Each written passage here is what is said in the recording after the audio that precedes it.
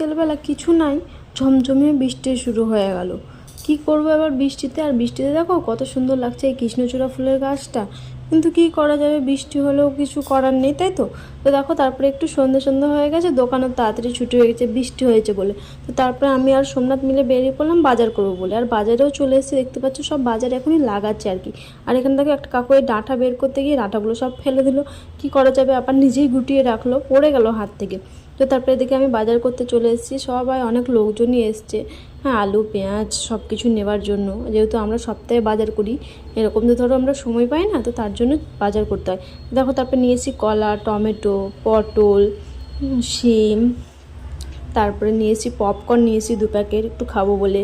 আর এখানে নিয়েছি ওই আলু পেঁয়াজ, হ্যাঁ, আর কুদুলি ভাজা করে না, ওই ওইটা নিয়ে এসেছি। আর দেখো বৃষ্টি ওয়েদার পড়ছিল, ওই জন্য করেছি রাত্রেবেলা খিচুড়ি, পাঁপড় ভাজা, ডিম ভাজা, আমের চাটনি।